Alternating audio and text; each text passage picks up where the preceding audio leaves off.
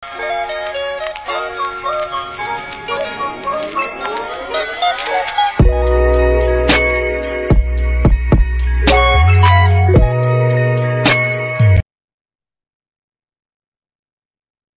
warahmatullahi wabarakatuh. Shalom, salam sejahtera buat kita semua pada malam hari ini. Perkenalkan, nama saya Rianti Simanjunita, penghuni D1D122 Prodi Ilmu Pemerintahan, Fakultas Hukum.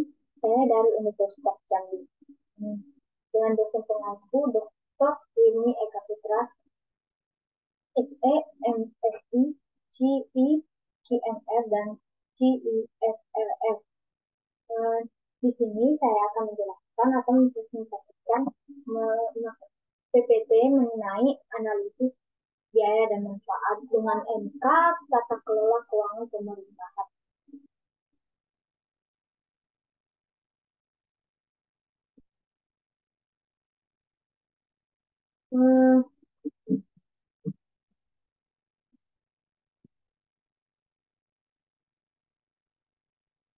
Yang pertama kita bahas yaitu kriteria investasi.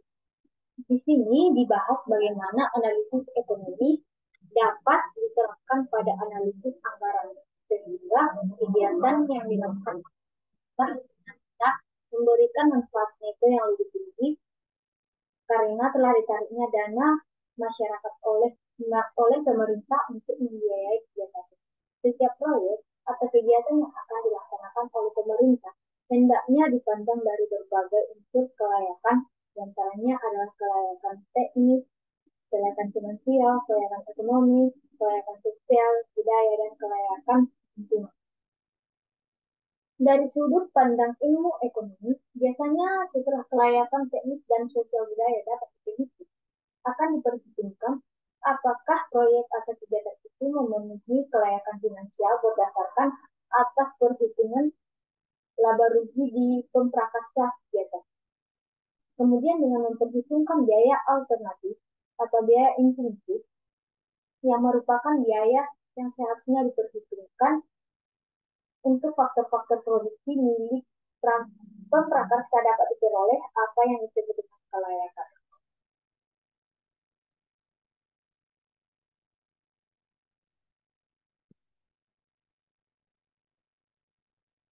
Selanjutnya, setelah disadari bahwa suatu kegiatan dapat menimbulkan manfaat kepada pihak lain atau eksternal benefit, maupun kegiatan kepada pihak lain atau eksternal cost yang terkait dengan aspek lingkungan, maka analisis biaya dan manfaat diperluas menjadi analisis kelayakan yang memasukkan pertimbangan manfaat dan biaya lingkungan.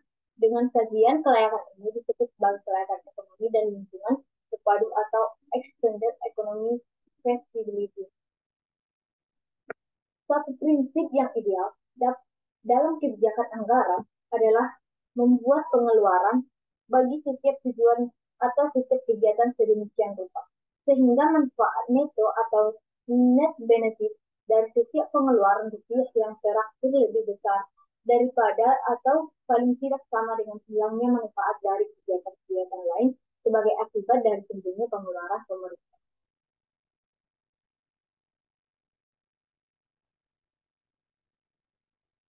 Selanjutnya, instrumen analisis manfaat dan biaya.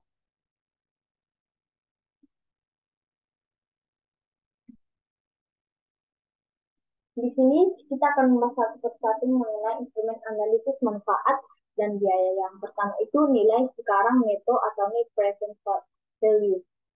Salah satu pendekatan yang umum dipakai dalam pengambilan keputusan berdasarkan manfaat dan biaya proyek atau kegiatan adalah menghitung nilai sekarang bersih atau net present value sama dengan NPV, yaitu dengan cara mengurangi nilai manfaat total dengan nilai biaya total yang semuanya dinyatakan dalam nilai sekarang.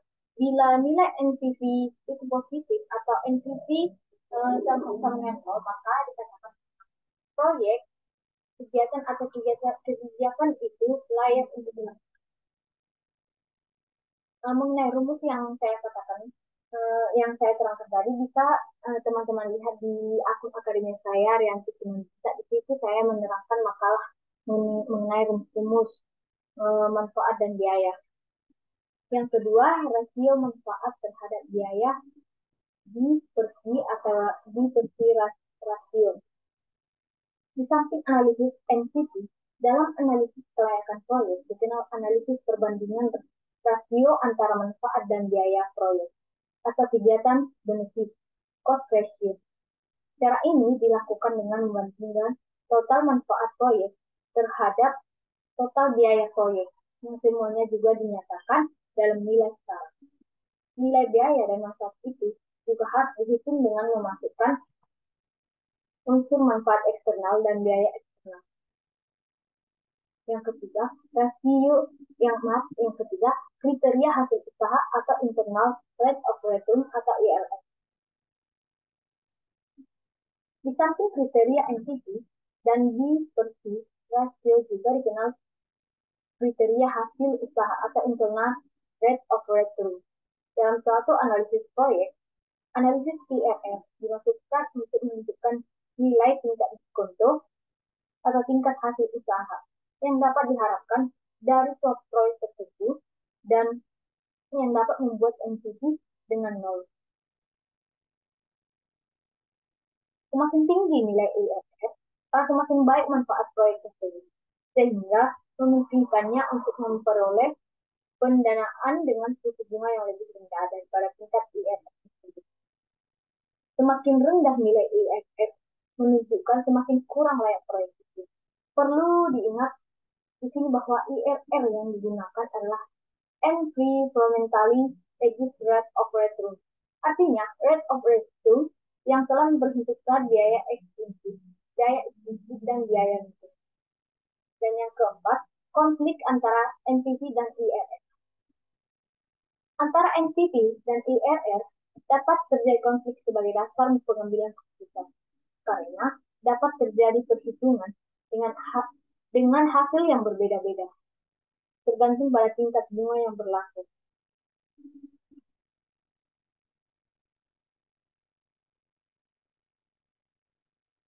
Prinsip pertama yang harus diingat adalah bahwa proyek-proyek itu harus memiliki dispersi rasio yang lebih besar daripada satu. Artinya, manfaatnya harus lebih besar dibanding biaya atau rasionya lebih besar dari satu. Itu dipilih lagi yang nilai perbandingannya paling tinggi dengan biaya sama.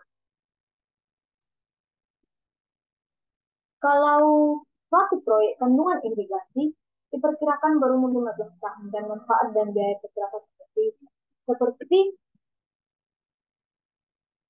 maka dapat diperoleh gambaran bahwa manfaat sekarang dibanding dengan biaya sekarang untuk seluruh umur proyek itu akan kurang dari satu.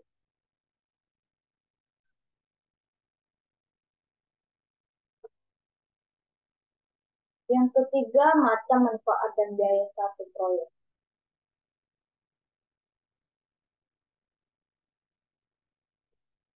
Manfaat dan biaya dari suatu proyek dapat dibedakan antara manfaat dan biaya atau real benefit and cost dan manfaat dan biaya semu atau pecuniary benefit and cost. Yang pertama, manfaat real adalah manfaat yang timbul bagi seseorang yang tidak diimbangi oleh hilangnya manfaat bagi pihak lain.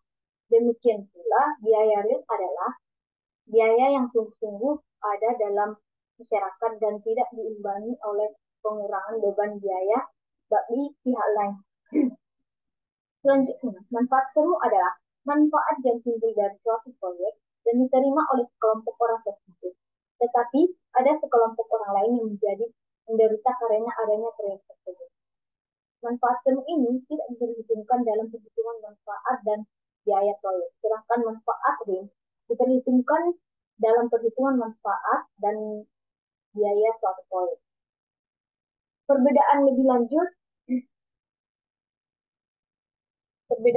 terhadap manfaat dan biaya real dari suatu proyek adalah antara manfaat dan biaya langsung atau direct benefit and cost. Dengan manfaat dan biaya tidak langsung, indirect benefit and cost, manfaat dan biaya langsung adalah manfaat dan biaya yang dekat perhitungannya dengan tujuan utama dari suatu proyek, sedangkan manfaat dan biaya tidak langsung dari suatu proyek lebih merupakan hasil sampingan dari proyek. Manfaat dan biaya real dibedakan pula menjadi manfaat dan biaya yang dapat atau tangible dan yang tak dapat diraba intangible. Istilah dapat diterapkan bagi manfaat dan biaya yang dapat dinilai. Sedangkan manfaat dan biaya yang tidak dapat diterapkan adalah tidak dapat diraba. Manfaat dan biaya sosial tergolong dalam kategori manfaat yang tak dapat diterapkan, sehingga termasuk manfaat dan biaya yang tidak dapat diraba atau intangible benefit and intangible cost. Di samping itu, manfaat dan biaya real dapat pula dibedakan menjadi manfaat dan biaya internal atau eksternal. Maaf, biaya internal dan eksternal. Suatu proyek di suatu daerah atau kabupaten misalnya dapat menghasilkan manfaat dan biaya di dalam kabupaten itu sendiri atau internal benefit internal cost. Tetapi dapat pula memberikan manfaat dan biaya pengorbanan di kabupaten lain atau external benefit and external cost. Kedua macam manfaat dan biaya ini harus diperhitungkan dalam perhitungan manfaat dan biaya suatu proyek.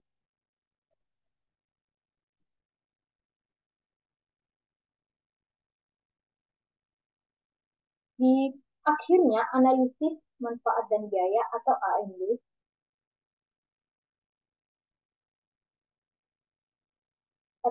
ini dapat dipisahkan sebagai analisis sebagai yang pertama menggali manfaat atau benefit dan biaya cost atau software.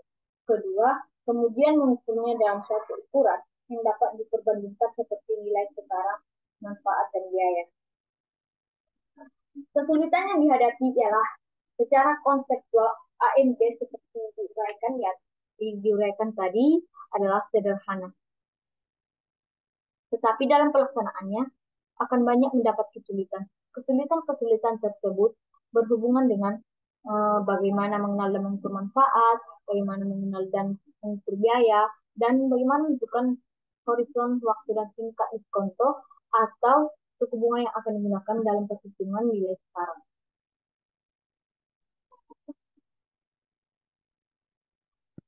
Yang keempat, mengenal dan mengukur manfaat suatu proyek. Langkah-langkah yang diambil dalam analisis ini adalah yang pertama, menentukan dampak dari proyek, yaitu barang dan jasa, di apa yang akan diperoleh dari proyek tersebut. Yang kedua, menyatakan dampak dari proyek tersebut secara kuantitatif. Biasanya, langkah kedua menjadi sangat sulit, sebab berhubungan dengan bagaimana kita mengukur manfaat. Itu digunakan pendekatan sebesar ini dengan nilai rupiah yang secara maksimum orang-orang bersedia membayarnya karena memanfaatkan jasa-jasa proyek itu atau willingness to pay. Dengan adanya masalah pembonsing bebas atau free rider, maka kita tidak dapat secara tepat meneliti siapa yang akan memanfaatkan hasil proyek. Kesulitan yang lain adalah untuk memberikan manfaat langsung atau direct benefit dan manfaat tidak langsung atau indirect benefit. Sering, sering pula terjadi adanya penyimpangan-penyimpangan atau error sehingga timbul perhitungan ganda dalam menghitung manfaat suatu proyek.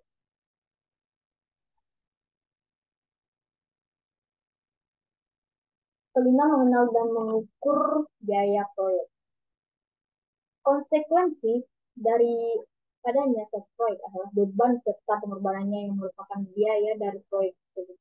Penggunaan sumber daya yang terlibat dalam pembangunan suatu proyek akan mencakup pula opportunity cost, dikarenakan pengorbanan atau hilangnya jasa produktif pada sektor lain. Sekalipun dalam menghitung hilang sekalipun dalam menghitung hilangnya sekalipun dalam menghitung biaya dalam suatu proyek jauh lebih mudah daripada dalam menghitung manfaat, namun tetap tidak terlepas dari adanya kesulitan. Minimalnya timbul perhitungan ganda atau double counting. Suatu proyek mungkin memiliki dampak terhadap suatu daerah tertentu, sedangkan proyek lain juga mempunyai dampak terhadap daerah tersebut. Misalnya sulit memisahkan Misalnya sulit memisahkan antara dampak proyek bangun desa dan dan program Dimas terhadap kenaikan produksi padi di daerah kelurahan Kedupoh di Gunung Kidul. Dalam menghitung biaya, suatu proyek biasanya hanya diperhatikan lokasi di mana proyek itu berada. Namun sesungguhnya biaya ini tersebar ke seluruh perekonomian. Misalnya, jika pembiayaan proyek tersebut diambilkan dari pajak, sedangkan pajak itu akan punya pengaruh terhadap perekonomian secara makro. Maka kalau biaya atau proyek diperhitungkan, juga secara makro akan timbul kesulitan dalam memperkirakannya. Keenam, eh, menentukan waktu dan bunga diskonto. Manfaat suatu proyek biasanya akan diterima beberapa tahun setelah proyek itu selesai, dan proyek itu akan selalu memberikan jasa yang akan diterima pada tahun-tahun yang akan datang. Kesulitannya adalah untuk menentukan tingkat diskonto atau tingkat bunga diskonto atau diskon rate, dan juga menentukan umur proyek tersebut.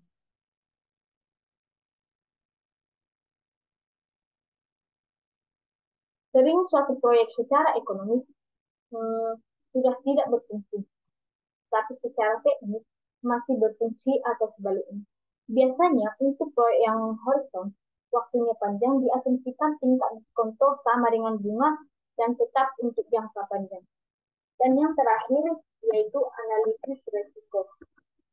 Perbedaan antara risiko dan ketidakpastian adalah bahwa risiko memiliki nilai probabilitas, sedangkan ketidakpastian tidak dapat diketahui probabilitasnya.